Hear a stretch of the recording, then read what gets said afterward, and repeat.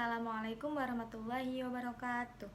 Perkenalkan, nama saya Rafa Insanisya Putri dari kelas paralel 2 Program Studi Pendidikan Guru Sekolah Dasar Fakultas Keguruan dan Ilmu Pendidikan dengan nomor NPM 41182109250056. Pada kesempatan kali ini, saya akan menjelaskan sekaligus menjawab pertanyaan ujian tengah semester pada mata kuliah Pendidikan Agama Islam yang diampu oleh Pak Rizal Fahlevi. Video ini saya buat sebagai bentuk penjelasan serta pemahaman atas materi yang telah saya pelajari selama perkuliahan dan untuk memenuhi tugas ujian tengah semester pada mata kuliah Pendidikan Agama Islam. Dan semoga apa yang saya sampaikan dalam video ini dapat dipahami dan menjelaskan atau memberikan gambaran yang jelas mengenai topik yang dibahas. Baik, langsung saja saya mulai pada pembahasannya. Yang pertama itu pada soal manusia seperti di dalam sebuah cangkir. Maksud dari manusia seperti di dalam sebuah cangkir itu adalah manusia diibaratkan seperti di dalam sebuah cangkir dan gagang atau pemegang dari cangkir tersebut ialah Allah Subhanahu wa taala. Jadi dapat diartikan bahwa Allah Subhanahu wa taala dapat mengawasi serta menyaksikan segala perbuatan yang dilakukan oleh manusia atau hamba-hambanya. Kemudian soal yang kedua yaitu menjalankan dan meninggalkan ibadah, keduanya ada risiko. Maksudnya itu adalah ketika kita menjalankan ibadah pun kita memiliki resikonya, yaitu seperti misal dicaci maki oleh teman sebaya kita, kayak dibilang soalim gitu.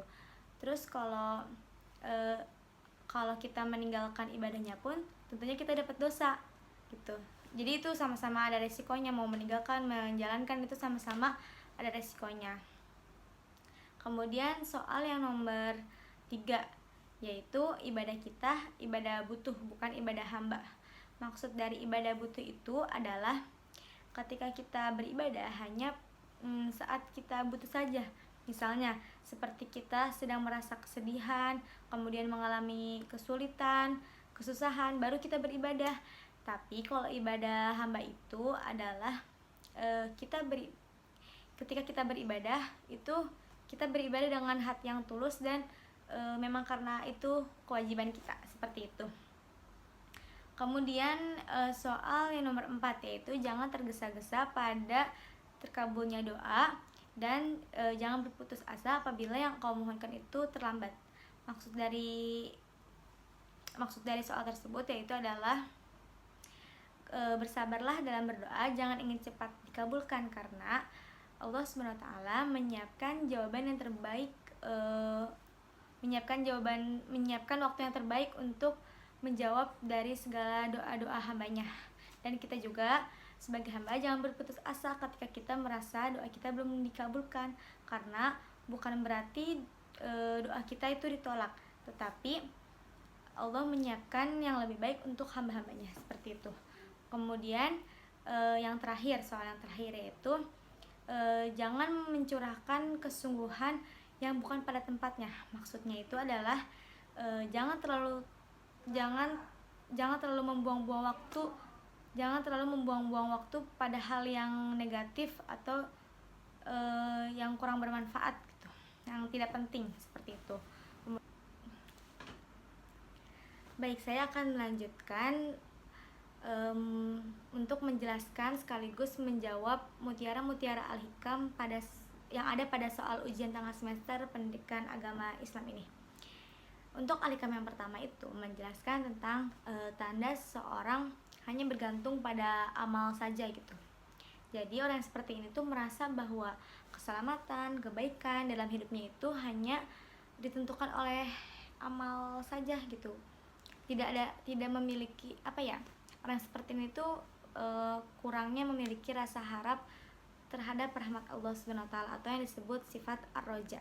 Jadi ketika seorang itu merasa amalnya kurang, terus terjatuh di dalam dosa gitu, maka ia akan langsung berputus asa karena yang ia percaya itu hanya pada amal saja, bukan berharap kepada rahmat Allah Subhanahu wa taala. Padahal rahmat Allah Subhanahu wa taala itu lebih besar daripada amal yang kita perbuatkan gitu. Seperti itu. Jadi jangan terlalu bersandar kepada amal gitu.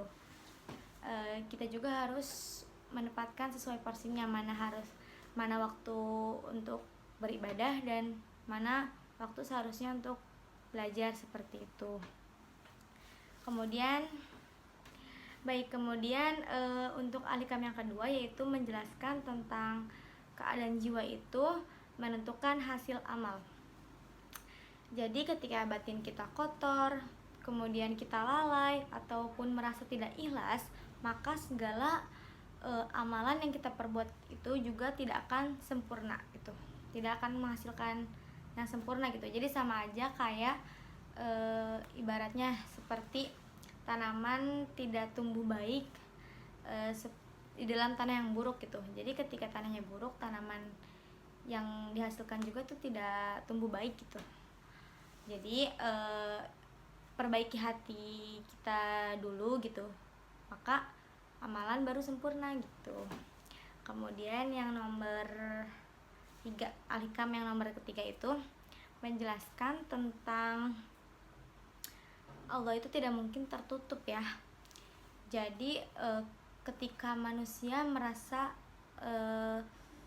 tidak melihat tanda-tanda kehadiran Allah Subhanahu wa taala, itu bukan berarti Allah Subhanahu wa taala maksud dari terhijab itu adalah tertutup ya. Jadi ketika manusia merasa tidak melihat tanda-tanda kehadiran Allah Subhanahu wa taala, itu bukan berarti Allah yang tertutup, namun melainkan itu hati manusia atau hati kita gitu yang tertutup oleh dosa kita, terus kelalaian kita gitu, bisa aja. Jadi bukan Allah yang tertutup, tapi hati kita yang tertutup karena dosa kita dan kelalaian kita, seperti itu. Kemudian ahlikam yang keempat.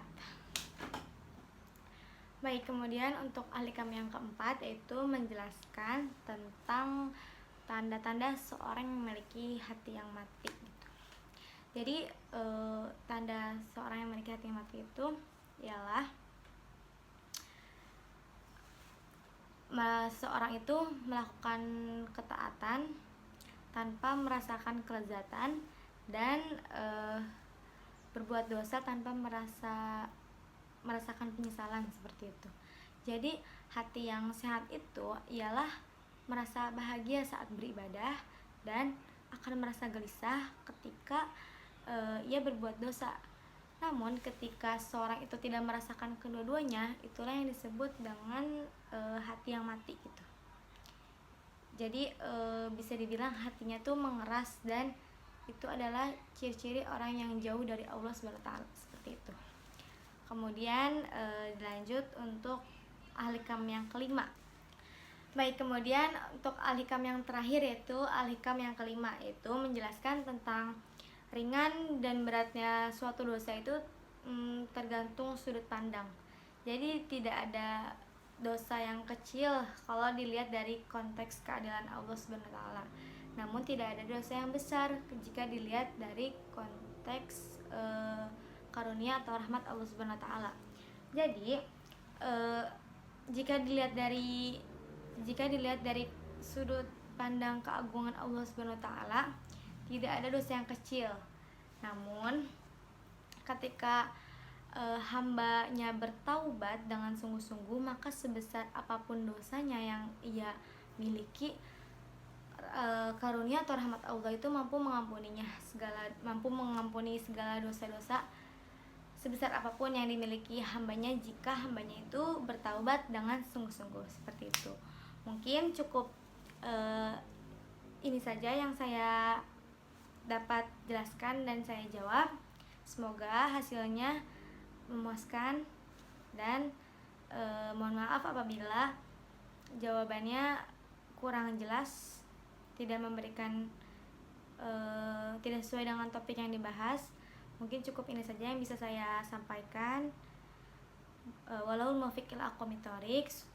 Assalamualaikum warahmatullahi wabarakatuh. Syukron.